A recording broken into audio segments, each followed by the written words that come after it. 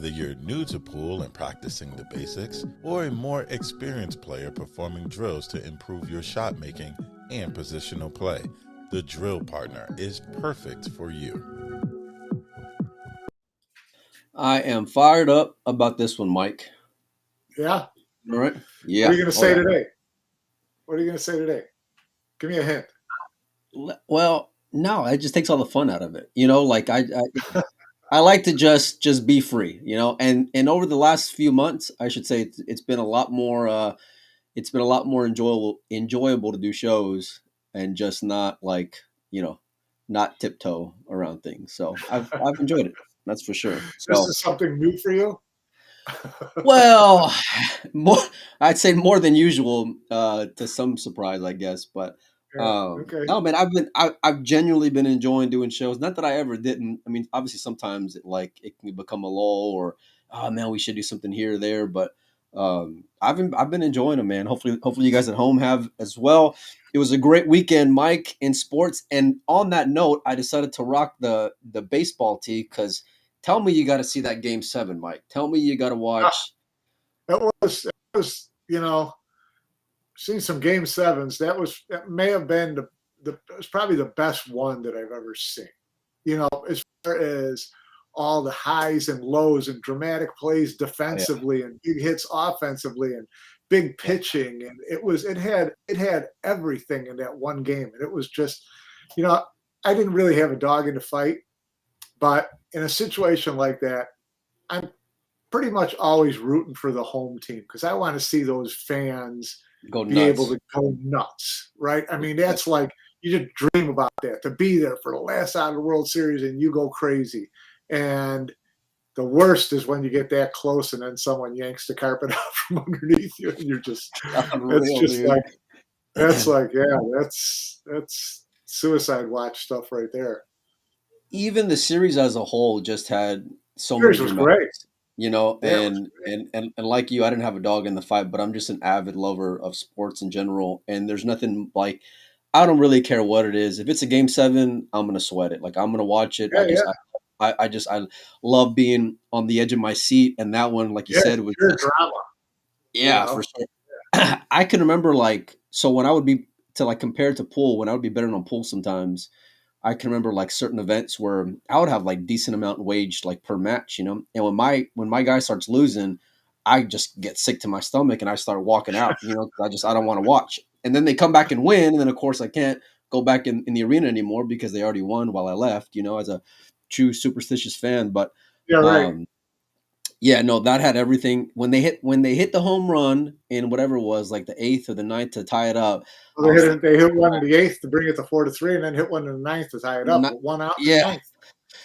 Oh man! But then they loaded them up in the bottom of the 9th to get out of that jam in the bottom of the 9th with bases loaded was just unreal. But that's why I love sports, Mike. I mean, that's why I really we get fired up about topics and everything, but it's the chaos that just happens in sports. I just love, man, and when it's really raw like that, there's nothing better. But when they hit that home run to tie it up in the 9th, you just felt it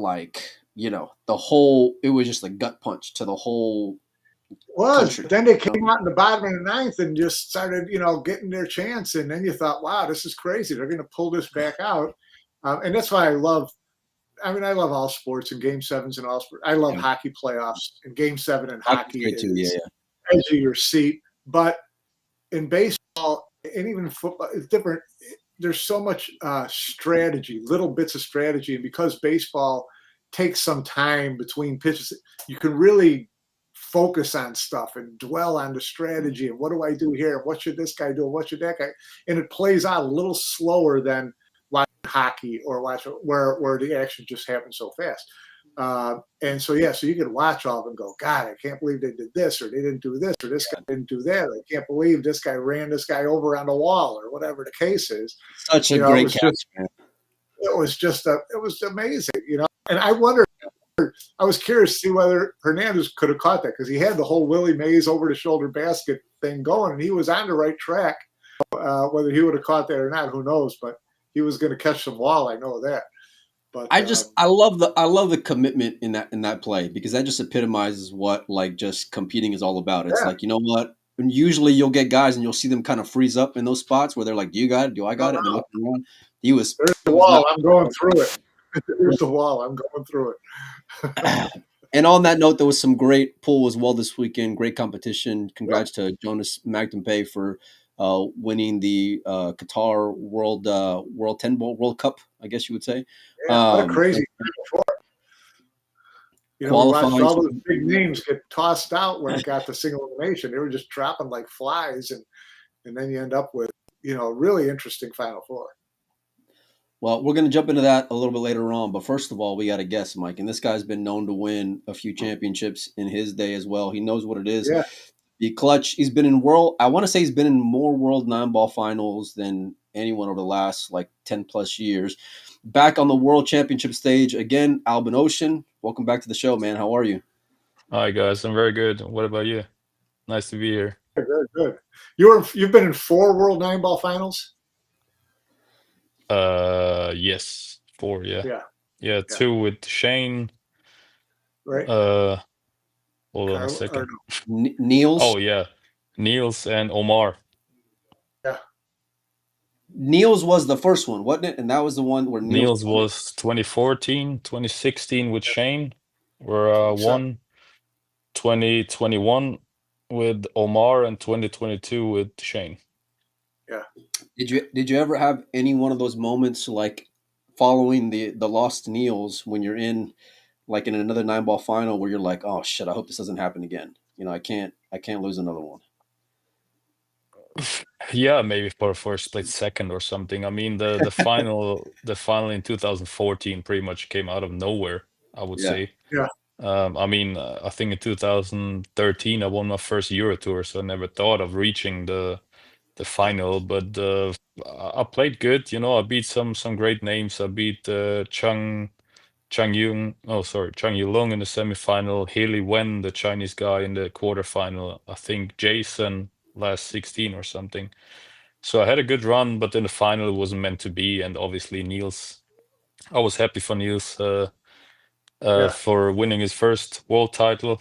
So it looks like I make many others. I make first world champions. Like Niels won the first one against me. Shane won the first one against me. Yeah. And but yeah, no, it's totally fine. When you reach a final, it's probably more than you thought of achieving. So of course you would be happy to win, but it was fine. Against Shane, I pretty much had no chance. After like 5-5 or 6-6, he ran away with the score. He played amazing. He made some crazy comebacks, like against Mika in last, I don't even know, 32 or 16. Yeah. He had like 1 foot in a grave, or however you say it. So it was crazy. It was and he had some crazy tough draw. So fair play to him. Yeah. Do you ever like have these like just being able to reflect and appreciate the sport aspect of it, Albin? Like you mentioned Shane coming back from whatever it was 9-1 or 10-1 to Mika, but like, or are you just so caught up in like the competition part where like you can't kind of pull away from it at all? Well, of course you heard about it, I mean, there were so many spectators and obviously the camera was there.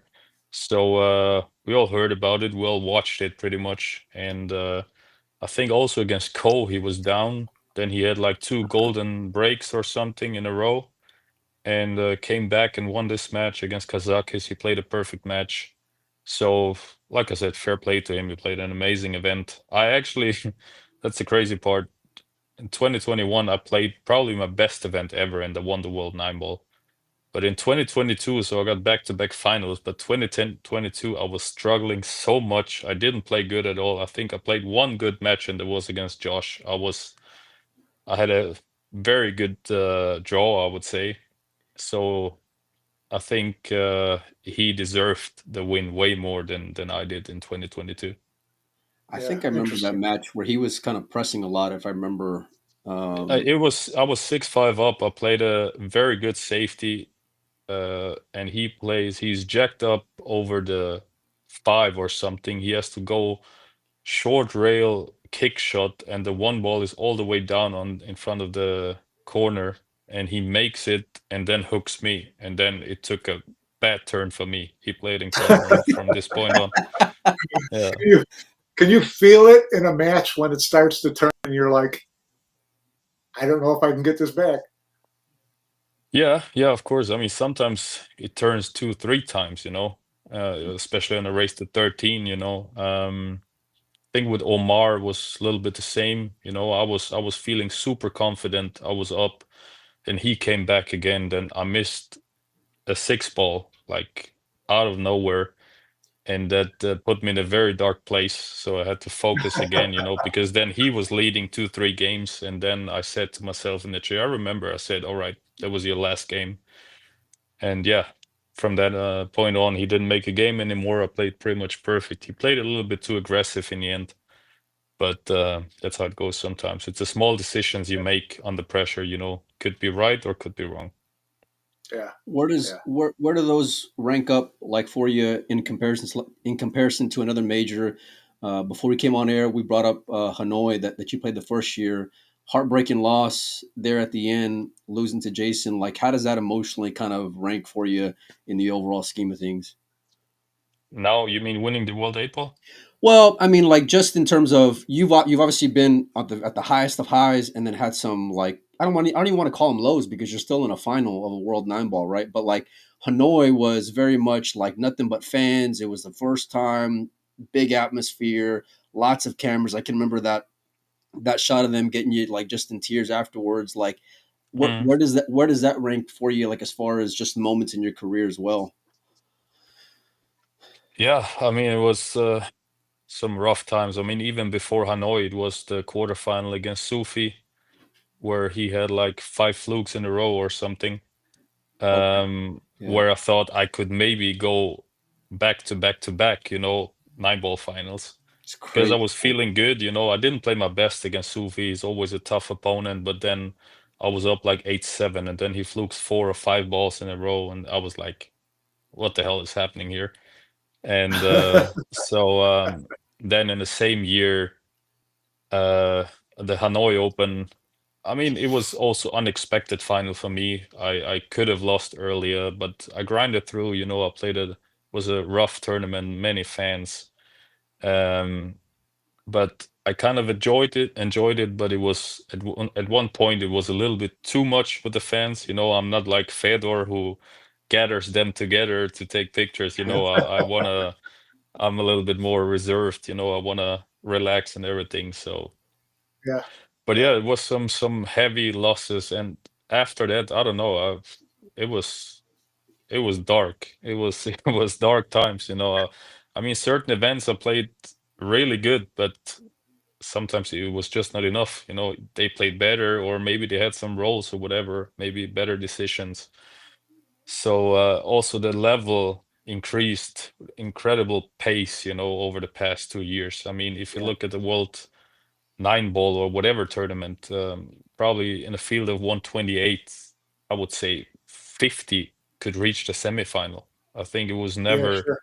this crazy, and I cannot think of any other sport where the level at the top is this high, So in the end, it's just small things, it's decisions, it's the mental part, and so yeah, it's rough. And now winning the World 8 Ball, I mean, I don't want to say I'm back or whatever, I'm back on top, but it's a sign, it's a sign, and it's pure relief, and it was just so good. It's hard to find the right word. What I've been through, what kind of messages I had to read or whatever comments.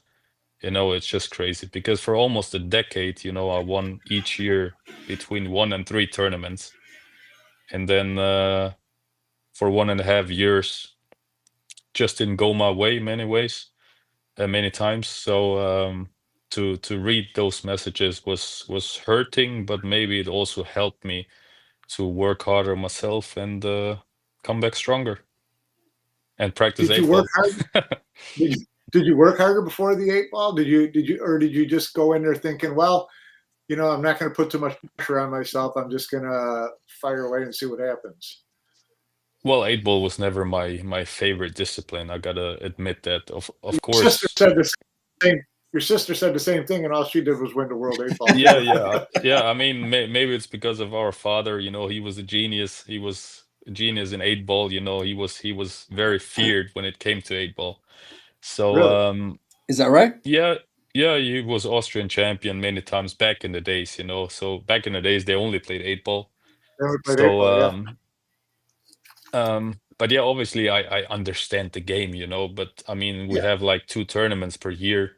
We got the European Championships eight ball and where I got I think in the quarterfinal and we got the World eight ball. And obviously it was a very, very long trip. So it's hard to prepare for three different disciplines, you know, for a 5, 6 week trip. So Yeah. eight ball in the end. And if someone watched my very first match at the World eight ball, they probably thought, did he ever play eight ball before? Because I swear I was so embarrassed. I should have really lost the match against this young kid from Indonesia. I was lost on the table straight away with shot clock, you know. I was lost. I made a plan after the break, and then after two balls I figured that's actually not a good plan, so let's do another plan, and then again after two balls it was done, you know. Yeah. And but yeah, he messed up. But the more the tournament continued, I felt more relaxed. I felt better. And then obviously the second last day, three matches in a row, and the last one I made 9 break and runs. So I made an 8 pack against Bader. And so yeah, from then on I Yeah. was Right. relaxed. I saw the patterns very easy after the break, you know, and felt very, very comfortable. Yeah. What Well, was you the best whitewash. thing? Go ahead, Mike.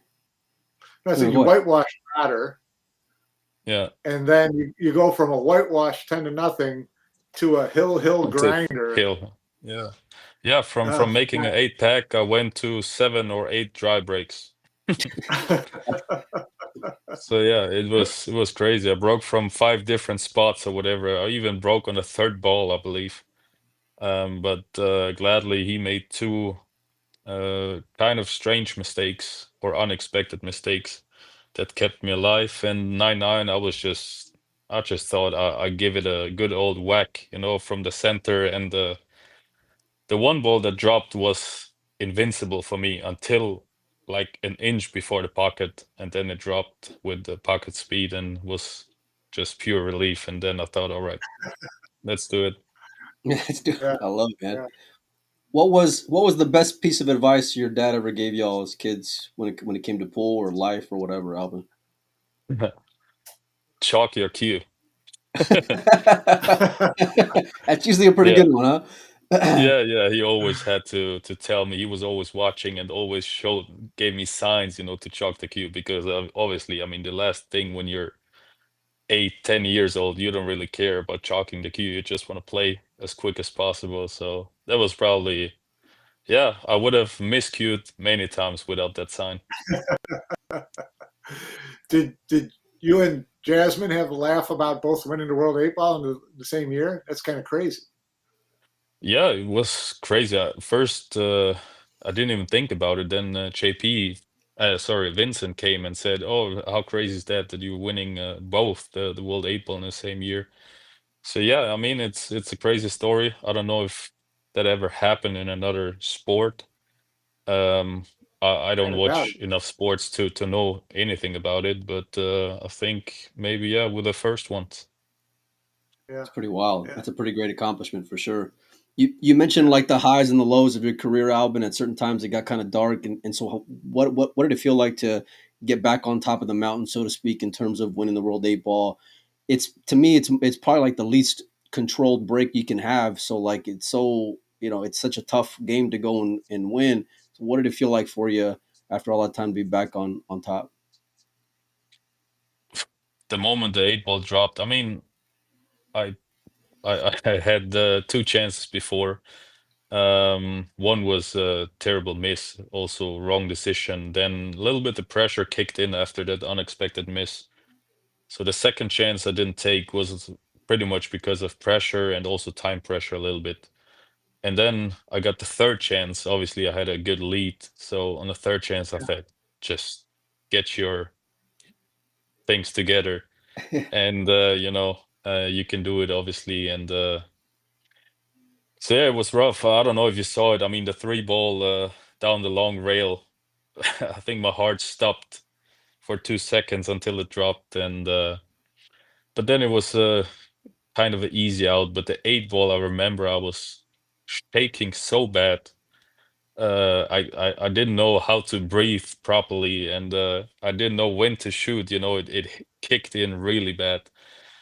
But yeah, I when I saw I made it center pocket, I didn't know if I should jump on the table or cry or laugh or whatever, or just scream.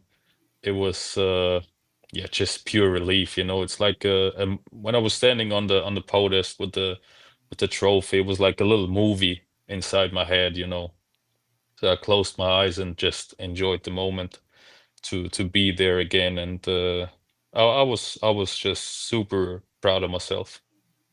Yeah, good for you. That's a cool story. The Thank you. you talk about how nervous you were and how you were shaken coming up to that last eight ball, and it's interesting because you've been in these situations before. You've been high pressure with the Moscone Cup, and you're very you're very disciplined, athletically and preparation wise. You've always been with good conditioning and breathing techniques and all that stuff. But still, in a moment like that, it can all go out the window, can't it? Yeah, yeah, of course. I mean, also, it was 1.5 years where I didn't win anything. I didn't get that feeling of a semifinal or final. Before that, like the other World Nine Balls, I was used to winning. Yeah, I was used to winning tournaments, like one or sometimes three per year. So, and I kind of lost that feeling, that to know how the body reacts. Obviously, I think the last time I was this lost in my mind was I think I told this story when I played against Earl at the Moscone. I was in shock. I was I didn't know what to do. I didn't even know how He to was how up on you to. too, if I remember right. He was up like 3-1. Yeah, yeah. He played a very bad shot. I think instead of to the side pocket, he tried it to the corner, right, missed it, and that was the comeback for me. It would have been 3-0, and then he didn't make another game. right. So yeah, I remember the first 15 minutes, I didn't know what to do. I didn't see the patterns. I didn't see any ways to run out or anything. So yeah, that was probably the last time I was that lost on the pool table. And is it because your mind's moving so fast, or you're trying to think of too many things at one time, or you're doubting yourself Yeah, it's while you're trying to just think of things, or what's the? yeah. Some the body reacts, to certain things, and especially at the Moscone Cup against Earl, it was just the 2,000 people screaming at you, want you to lose. They talk on every single shot. So obviously that's a different situation compared to the World Eight Ball. Yeah, Um, but yeah, World Eight Ball was just don't fuck it up. yeah, Words to yeah, live Just by. Words to live by. Yeah. yeah, it's yeah, just yeah. get your things together and run out. You got a good lead, you're playing good, you're confident.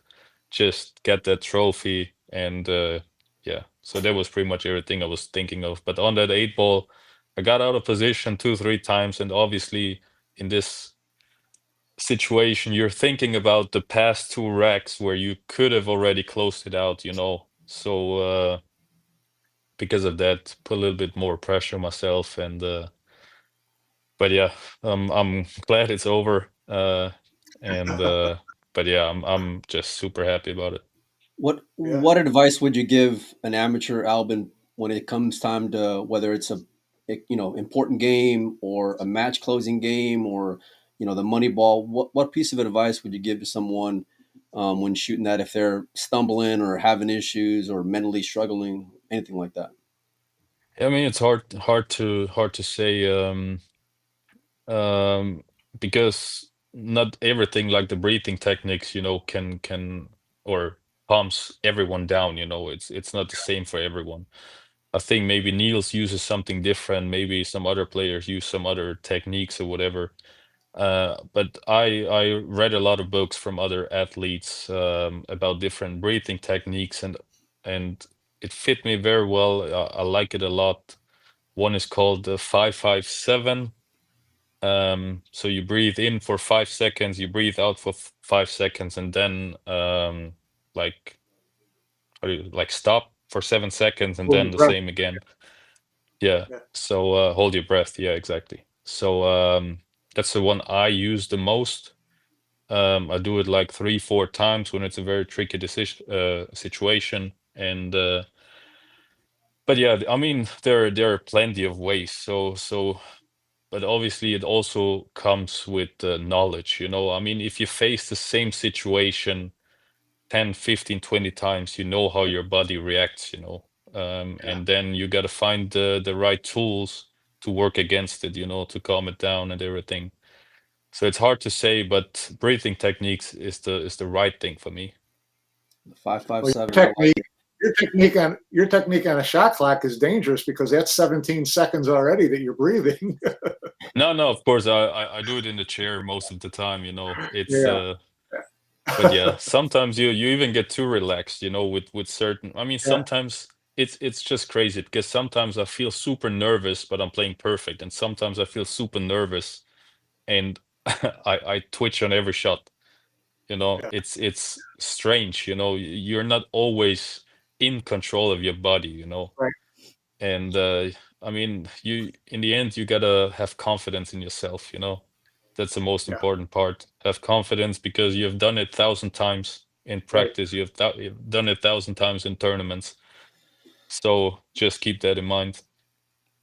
We mentioned all the accomplishments. Albin, obviously, multiple time world champion in 9-ball, 8-ball, World Cup of pool, and then of course the Moscone Cup. And so I'd be remiss if I didn't ask you about that, considering that it is Moscone Cup season. Before I jump into it, though, give me your thoughts on this rest of the world versus Team Asia and the way the past 2 years have gone. I honestly haven't really watched a lot of it. Obviously, they got, how would you call it, smacked, Yeah. whatever, Yeah. drilled, whatever. Yeah, it's crazy. I mean, I didn't see it coming, honestly. Who was on the team? It was, oh yeah, so it was, yeah, it was Skylar instead of Shane. It was yeah, I mean it probably should have been Josh. I think it would have been a Yeah. different Sure. Of story course. with Shane and Josh on the team. Fedor, Jason, and probably Fran or more. Oh no, Moritz probably. Yeah. Um yeah, I mean it's tough, you know. They get you get, what was the last time the score? Same? 3 No, was it? 11-5. Or 11-5 a 11-6? year ago, 11-3 this year. Yeah, I mean it's crazy. I mean they got to figure out something. So obviously, what they are trying now is hopefully winning the Moscone and come back stronger next year. Um, oh, sorry, no, it's rest of the world. Before Yep. it was Team Europe, right? So Yeah. yeah. Yeah. But yeah, I mean Skylar, I think it was pretty much like a last minute pick. I mean, look, fair play to Skylar. He can play incredible pool, but obviously it was just different, you know, to play with your Moscone Cup enemies, basically, Yeah. playing together, trying to have a good time, and but yeah, it's crazy because probably both teams didn't even bring the best teams or the best players. Correct. So it would have been amazing to see with Shane and probably Josh on the team if it would have made a difference or not. But yeah, it's a big loss. You mentioned Shane, and you were teamed up with him in the Kings Cup years ago with Darren and with Mika. And obviously, listen, his Moscone Cup struggles have been talked about every single year come this time of year. You know, so talk to me about how different Shane was. Well, I think it was what 2012. You know, when and he ended up getting the MVP Yeah. for you guys, winning Hill. Like, how much different was it for him competing with all of you guys, kind of having his back and that kind of strength as far as talent behind him? That's funny. I don't even know the score anymore. The Kings Cup. Was it Hill? I Really? think it was. I'm pretty sure it was Hill. Yeah, yeah. Yeah, I think we were celebrating very hard, so it was definitely close, but I don't remember the exact score. Yeah, it was a very nice tournament, you know. He just showed his knowledge, you know, especially about the break, because I think they were racking with triangle, and he showed us where the best spots to break from, where the because like a little bit outside the box, like outside the 9-ball box, they have now break from there, because then the balls get kicked more and they have more chance to drop. And yeah, he told us so many things about, also when he was always, even when I was playing doubles with Mika, he was checking the rack and telling us from where to break, you know. It was just because for me it felt like, what are you doing here? I mean, for myself, because it was actually should have been Niels instead of me, because he won I think it was 2015, not 12. I think it was after I got second at the World 9-ball. It was actually Niels who got invited, but he said he doesn't have time or anything. So I was the next one.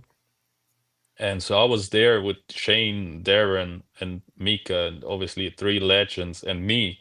You know, I'm not having any major one yet. So I was like, I feel strange, you know, being around them. And but it was great memories. It was a lot of fun with Mika, Darren, and Shane, and obviously a lot of laughs. And I learned a lot from all those three guys. And obviously, rest in peace to Mika. He was a great teammate there.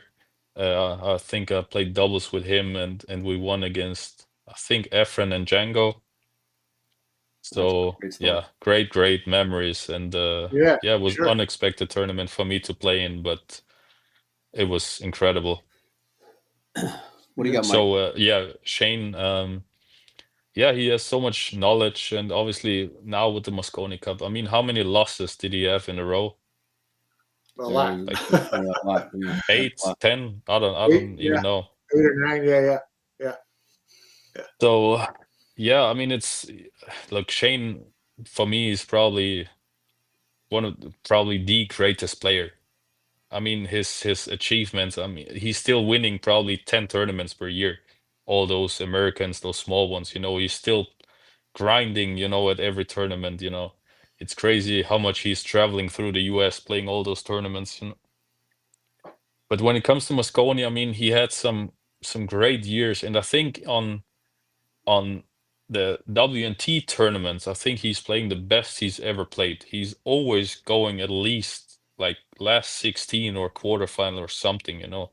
He's super confident and consistent.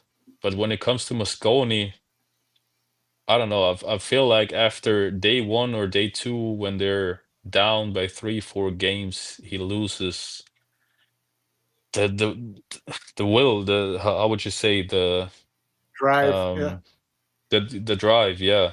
So he doesn't really believe in it anymore, you know. And I think it was different with Johan as a captain, because Johan didn't let it happen to make him think like that, you know. And he really put them together as a team. And but yeah, I don't know what was the case why Johan was not captain after that anymore. But it's none of my business. But yeah, it was different. They were a different team. They were looking different, you know. I think they were also practicing different. And Yeah. so yeah, it's sad. I mean, I don't know, what was the score last year? 6, Mike? 6-5-6, something like Yeah. that. Yeah. 6, something like that. 6, yeah. It was over by day 2. I know that. Yeah. After So day 2. yeah, I mean, the last time I played, it was, yeah, we were up big time. It was like 6-0 or something. I remember. But yeah, then you kind of, I mean, it's not only Shane. You see them sitting up there with the phones, you know, and it's like it's just sad, you know. I mean, of course, Moscone Cup is more like a show nowadays, some people would say. It's Yeah. not really a tournament anymore. But still, I mean, it's, first of all, it's big money.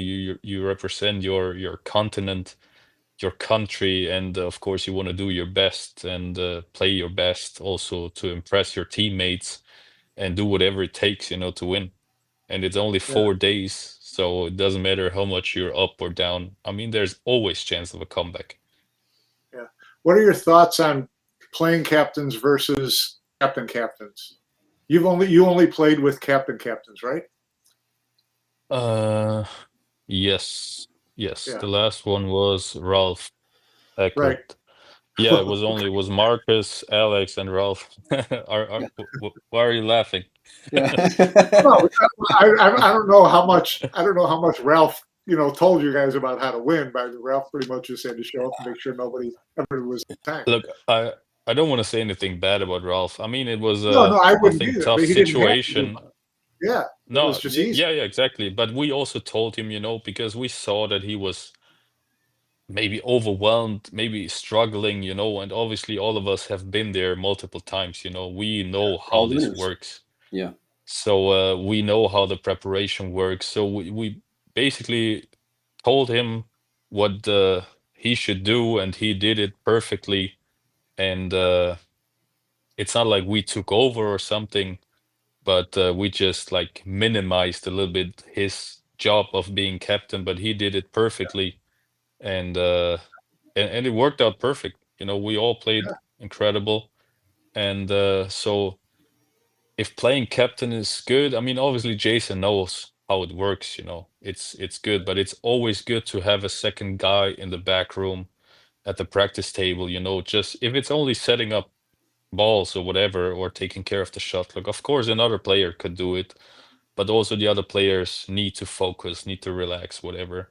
So it's nice to have a second guy in the back room who takes care of the player who's coming up. Not to dwell on someone who won't be in there again, but tell me what made Johan different, because he captained for you. He also captained for the U.S. So you were there firsthand for both sides of it. What made him different? I never had Johan as a Oh, coach. he was never your For coach. me, it was Marcus. No, it was Marcus. Okay. But obviously, I mean, if you look at his like achievements, if you just look at the players like Niels, Nick, Fedor, obviously, I mean, he knows what it takes to make a great player, or a great team. And those 2 years, it was back to back, right? He was coach. Yeah. They won 18, back to back, 18, 19. And so yeah, He they lost they it were just first year, didn't he? He was 3 years altogether, wasn't it, Mike? Yeah, he lost the first year. Yeah. He lost the first year. He was with USA. Yeah. 17. Yeah, I think so. Yeah. Yeah, 17 17 was in Las Vegas. 17 in Las Vegas. Yeah. Yeah, I didn't play this year. I didn't know that he was captain already there. But yeah, 18, 19, they were just different team. You could see that they have more drive. They have more. Yeah, they just enjoyed it more, and they were a better team. They were practicing better. They were always together, Yeah. and no joking around in a practice room like nowadays. And so yeah, maybe that's what they need, to get back on track. And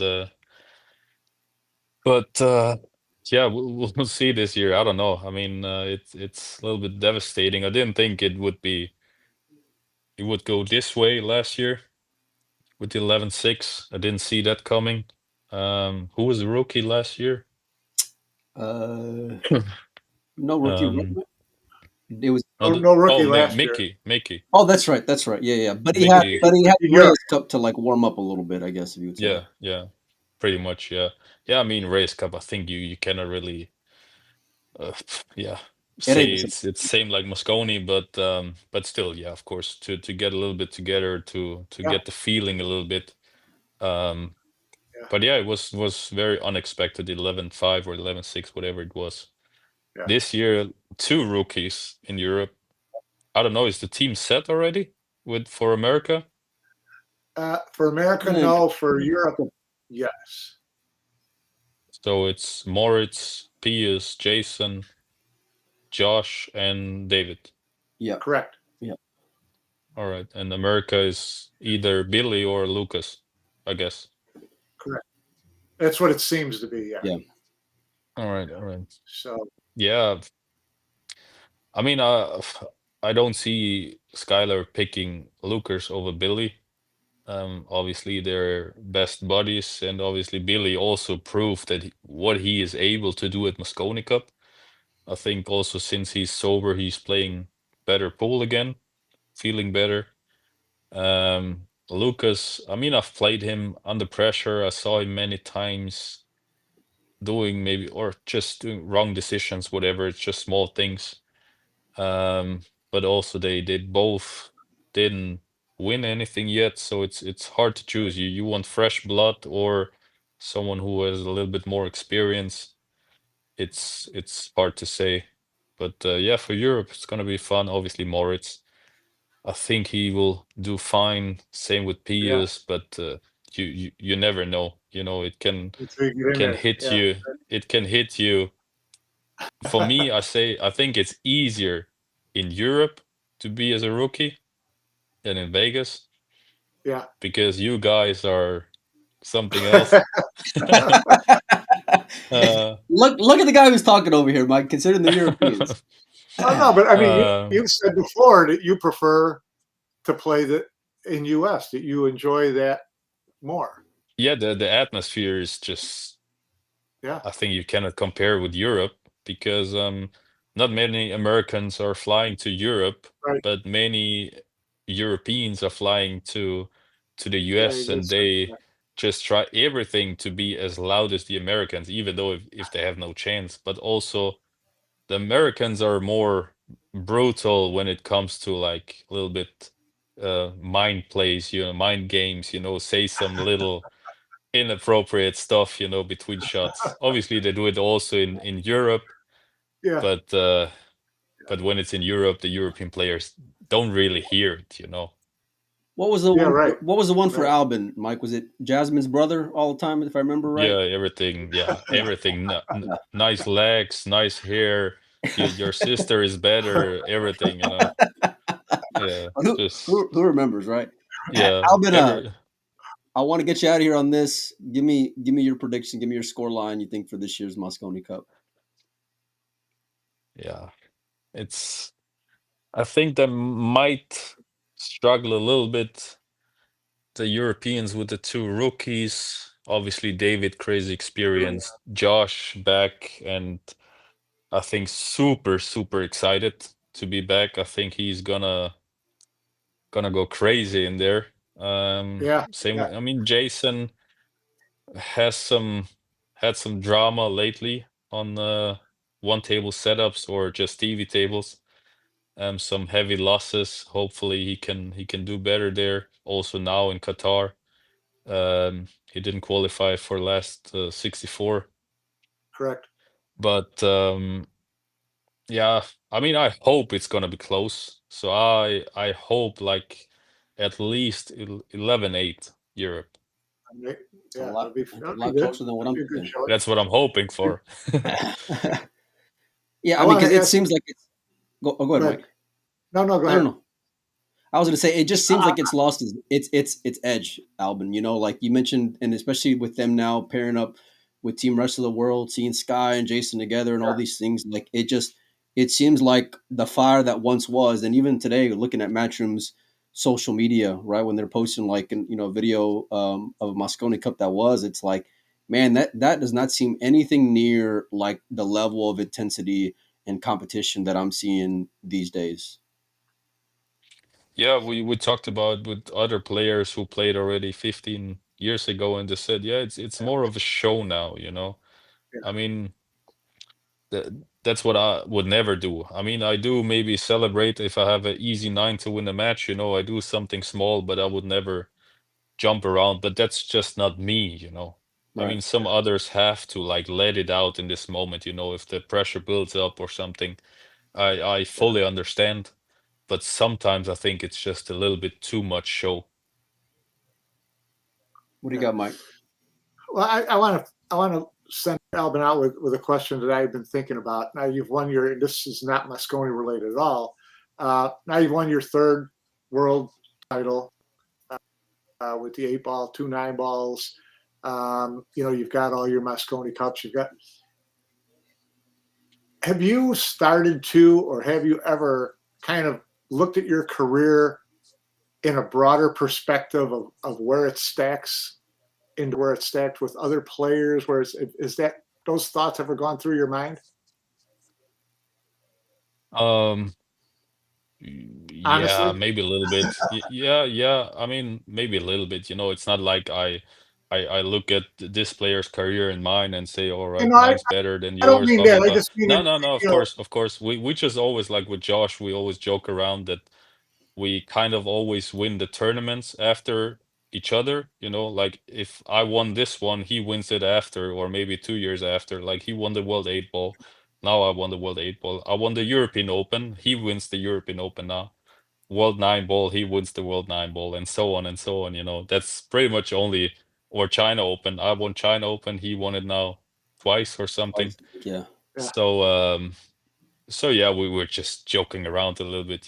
But it's not really I compare careers with each other. I mean, there are so many great players I'm still looking up to. Of course, there are also tournaments I still wanna catch one day. Like what? Like yeah, probably US Open or something. It's yeah, just such a prestige event. It's such a impressive name. US Open with so much history in any sport.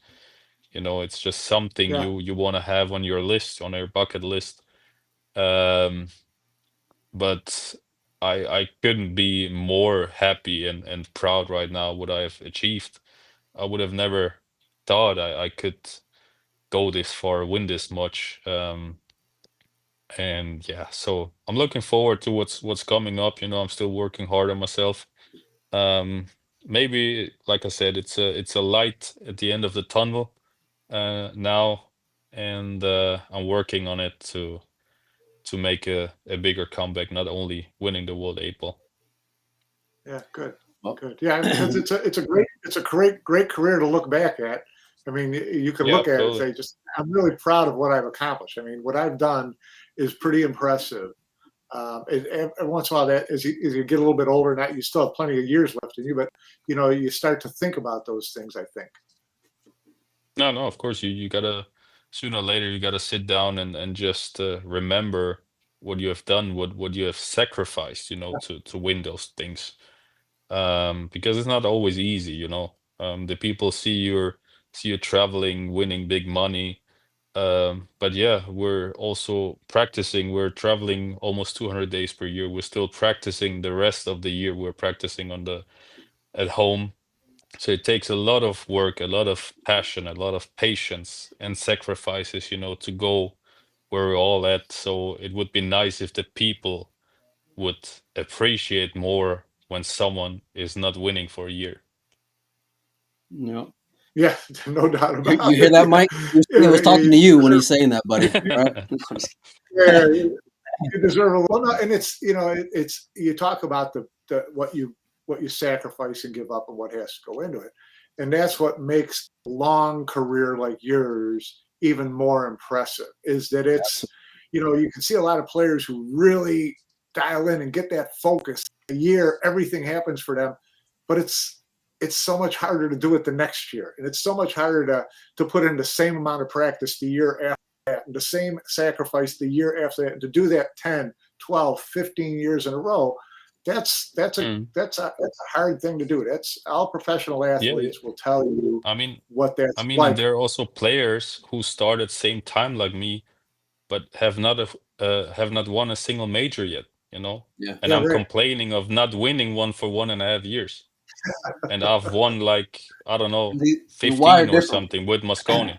Yeah. So Yeah, it's crazy. So sometimes you gotta stay cool, know where your place is at. But yeah, I mean, some players maybe never win a major and work as hard as I yeah, do, or even harder. So yeah, it's yeah. it's crazy. It's a grind. Well, Yeah. well, listen, I appreciate your time. It's always a pleasure having you Very on. welcome. I don't It think was I've my had you on pleasure. since last year at Moscone Cup, and then I got in trouble for having you on during that time as well. So, uh, anyway, Alvin, I genuinely Absolutely. appreciate it. Go enjoy the vacation with the family. Much Yes, thank you very congratulations, much. and can't wait to have Thank you you on again, guys. man. We'll see you, Thank you. pal. Take care. Bye bye. Sir, Mike, I always enjoy talking to that guy, Mike. If I'm being honest with Yeah, you, you know, he's so thoughtful with his words about what he said. He's so open and honest about, honest. That's the you thing, know, Mike. being in situations like that after he's been in them a million times and saying, I didn't know which ball to shoot. I don't know. You know, and it's refreshing to hear someone admit that, because it humanizes it, right? I mean, it's real. It's like these guys aren't machines. No matter how many times they've won, they can get in a situation where it's like, man, I could barely hold the cue, and he's always very open and honest about that. We're working on Uncle Mike's connection. I think it's more my computer than it is Mike's internet. So hopefully I'm going to upgrade the laptop here pretty soon, and we'll get that situated. But yeah, no, Mike, to your point, well, I love the honesty part when it comes to Albin. And if you talk to him without like knowing who he is, right, and what's on the resume, like you would think he hasn't won in 5 years, the way that he can like get down on himself sometimes. But I think it just comes to the level of expectation that he holds for himself, and that's the part that like I just admire more than anything, because it's like he's constantly, especially in this age where like listen, there's a lot of soft players, a lot of guys who coast, a lot of guys who just don't have the edge. Albin is constantly having that edge, but it's more about like that pride that he takes in his own game, in his own like level of perfection, if you will. Does that make sense, Mike? Yeah, it does, and it's kind of points a little bit to what I was talking about with, you know, what kind of commitment and drive you have to do that year, to have that same motivation and that same work ethic, year after year after year for a decade plus. That can take a lot out of a guy. And that's why you see some guys kind of like, you know, throw it into cruise control a little bit, or you know, just sleepwalk through part of a year or a whole year, something like that. So yeah, he's a winner. That he is, and he wants it, man. You know, like every time you can tell he just wants it. Like I can't remember a match where, you know, you'll see him kind of two stroke it and ship it. You know, and it's just like he's of that. He's one of the last guys of that former generation, but he's also still got a lot of gas left in that tank as well, as far as like just, you know, wanting to win, like no matter what, and not settling for anything less than like his own standard, which is awesome, you know. And so, Right. Was super happy for him to see him win another world championship. That phrase, like we talked about many times, kind of gets tossed around a little bit on the show. But it's something for a guy like him to be in that many world championship finals, that kind of consistency, you know. And it's like, and for him, the letdown is just not having won a major in a year and a half, when it's like, you know, some guys would give their left arm to win one. You know what I mean? Right. Well, Mike, I told them we were going to have him on for like 20, 30 minutes, and then it just went on. But I love it, though, because I love just having. Yeah, I'm never gonna cut him early because he's too good. No, never. And I like he's very thoughtful in the things he says, and he means them. Like a lot of guys, you'll kind of, and we know this, like they'll say all the right things, they'll say what they're supposed to say, you know, they'll play the game, all these things. But with Albin, it's like he'll tell it like he feels, you know. And so I got a lot of respect for that as well. Yeah. Mike, it was a great weekend in sports. Like we talked about on this show when it came to World Series Game 7, but there was another great event happening this weekend in pool, the Qatar World 10 Ball. Give me your thoughts on Jonas. Give me your thoughts on the event as a whole. It was an Emily sighting at a 10 ball tournament. There's a lot of things to talk about when it comes to this event, my man. It was an interesting event. I mean, it was a good event. Great, you know, solid field. Yeah. A lot of guys chased a big payday, and a lot of guys got left out. I mean, you know, the Joshes were there, the Federers were there, the Shanes were there, you know, the FSIs were there. All these guys were there, were nowhere to be seen in the late stages of the tournament. And so, you know, all the credit has to go to these guys who grind their way through it. Then you get Jonas, who had to go through the qualifier system, right, to get into the stage 2. And I was looking it up, and he didn't even get in on qualifiers, Mike. He missed out on all the qualifiers. No, yeah, he did. There were 2 for each qualifier that got in, right? And or no, 4 from each qualifier. There were 4 qualifiers. 4 guys got in the top. He played in all 4 of them, His best finish was 5th through 8th twice. And he finished 16th once. He finished 33rd once. And then there was some extra spots that came open. I think it was like by points or something based off of the qualifiers, like how much you accumulated. Yeah. But I think that those spots must have come open late for those extra spots because it was originally going to just be 16 from qualifiers. And so they must have had some extra spots, and then they started going through points based on the 4 qualifiers to let, I don't know how many more people let in. I'm trying to find that out. But he was one of those, and he didn't think he was even getting in. And then he goes and gets in and runs the freaking table. It's ridiculous. 77 Billiards had a great write-up on it and was mentioning the fact that, like, I think somebody else said it was supposed to get that spot based off of points, and then he ended up, because the guy couldn't play or for whatever reason, wasn't around or whatever, he dipped out. So then that put Jonas on deck, and it's kind of serendipitous. Like it's very romantic when it comes to sports. The guy who qualifies to do it, and like for me, Mike, like I bring up how much I just love like the sport aspect of it, right? And don't get me wrong, we can focus on the drama and the bullshit and all these things, but like I saw this interview with McIntyre after he beats Carlo, and you just hear like this very sincere, like almost like childlike reaction of like, I did it, like I beat him, you know what I mean? Yeah. And like you can hear and you can see like what it meant to him, to just get over that hump as far as being able to beat Carlo, then for him to parlay that into the win. Had a fucking brutal road to get there. Oy, Moritz, Carlo. I mean, you name it. Curao was playing fucking great as well, But it's like to see that reaction is why I love pool, Mike. Like and he hadn't even snapped it off yet, He was a long way from the finish line at that point. Yeah, but like you heard it in his voice, like you heard like the shaking in his voice. You felt like he felt like he already won the tournament just by beating Carlo in that situation on Carlo's birthday. Thank you very much. But it's very like there's like just certain moments where I just reflect on those things or like just catch an eye for hearing certain things. I remember talking with Oscar when during the U.S. Open, he was there with Pops, and Ernesto had told him after the match, like that's how I want to see you play, and what that meant for him, as his son, to like have his dad go and tell him that. It's like certain things in sports and in life that just transcend, and hearing that was just awesome. I couldn't be happier for that young man, Mike. Yeah, no, just amazing stuff. It was a hard road, $100,000 payday. It was just it's the who's who of players. That's what makes it even more special as well. We know Filipinos play 10 ball all the time, and that's like there's like a few things you do in the morning, right? It's like you brush your teeth, you have some eggs, and then you break a rack of 10 ball in the Philippines, and so but like to see him go and get across that finish line was just awesome. Along with that, Mike, Moritz also had a great tournament, lost in the semifinals of that. You mentioned to me earlier in private about the year that he's had, and I kind of want to pick your brain on that as well.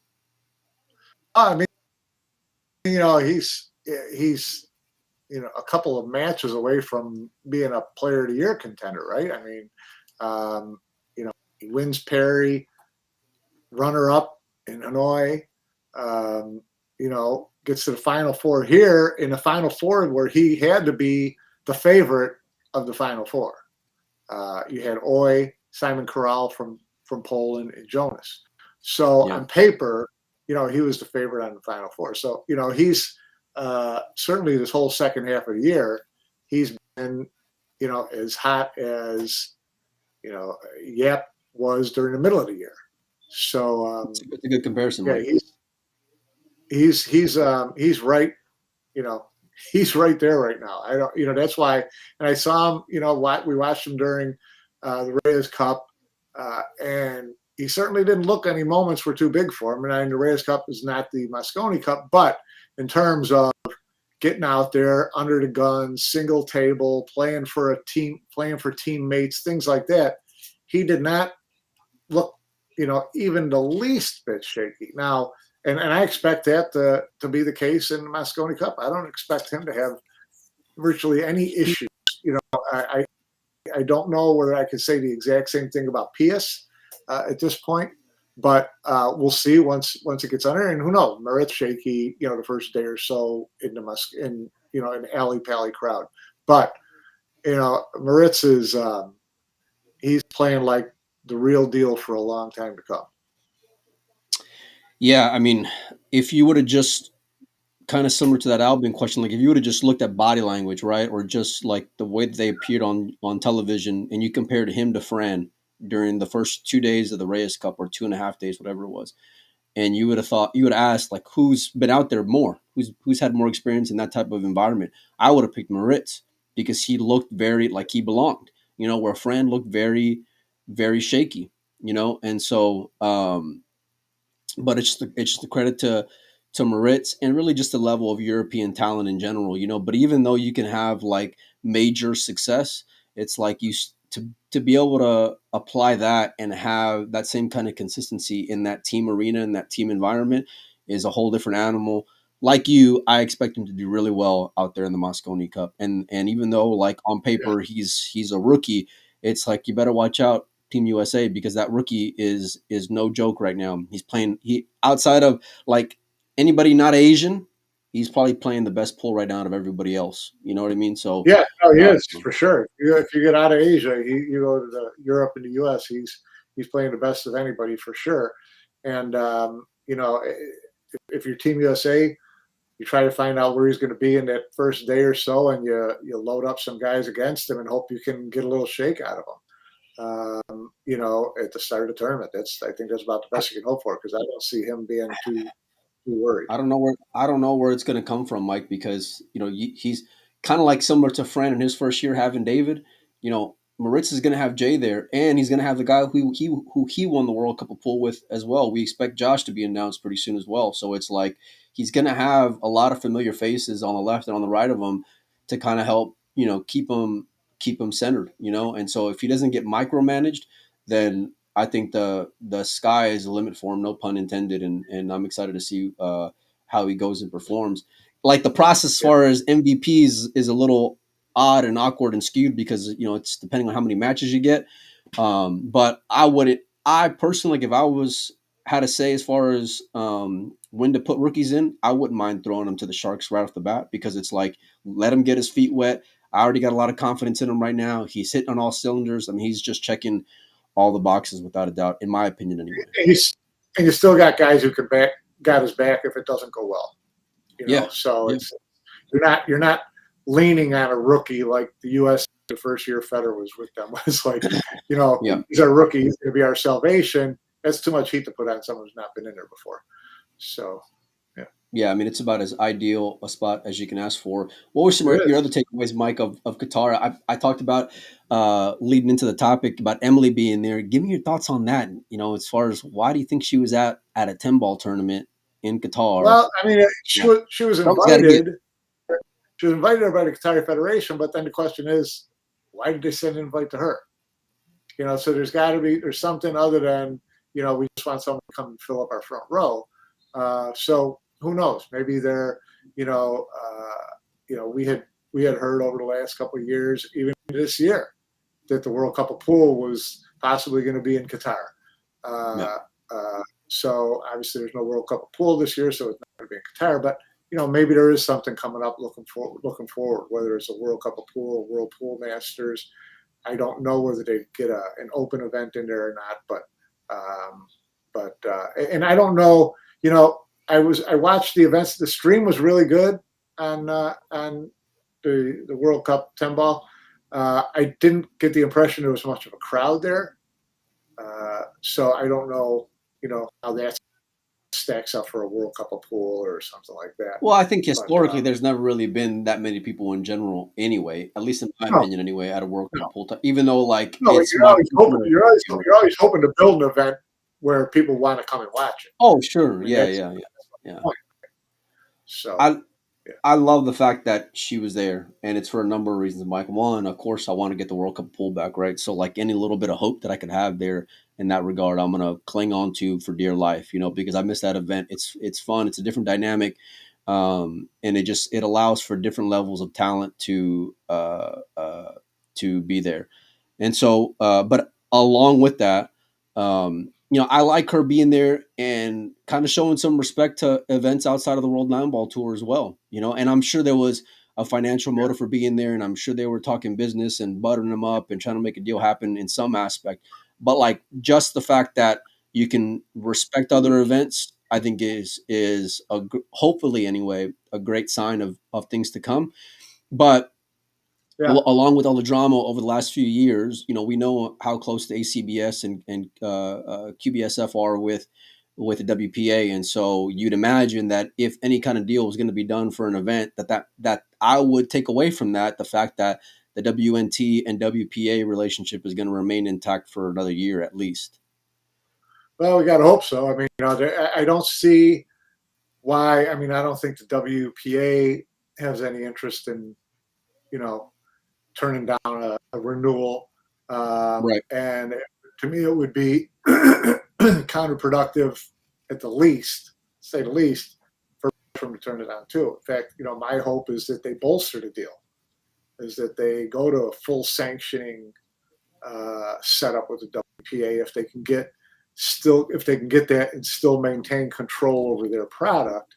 Then it helps everybody because then they're not kind of second fiddle to sanctioned events like they were this year.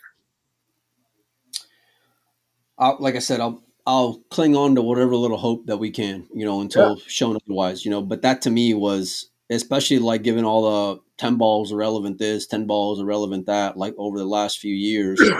Well, that's always been Carol. No, hell no, Mike. Let me go back in time for you a little bit, because there's, we can. But anyway, I digress. We'll take the positives with it. Hopefully, like I said, there'll be news on the horizon. I'm hopeful we'll get some more events back. Hopefully that we keep at least the same events we had this year still intact on the calendar. And like the production side of it was great. I mean, the arena looked nice. The streaming was great. Following the matches was awesome. The level of talent was great. Like this is what I want sports to be. I want more Jonas stories to come through. I want to see these guys who get in on qualifiers. And that was the other like ironic part, like seeing her post taking the infamous Emily selfie with Jonas, mentioned qualification and all these things. And in my head, I'm thinking it's a little ironic using that word, you know what I mean? At least to me anyway. But, like I love that about sports, Mike. I do. I love seeing Cinderellas, even from watching an NCAA tournament or, the Blue Jays coming back from being the last place to being in the World Series. It's like you can't, if you just leave it alone and let sports be what it'll be, it can be real special, and so I hope that future Jonas would have if he's got good social media numbers. Oh, I mean, this guy.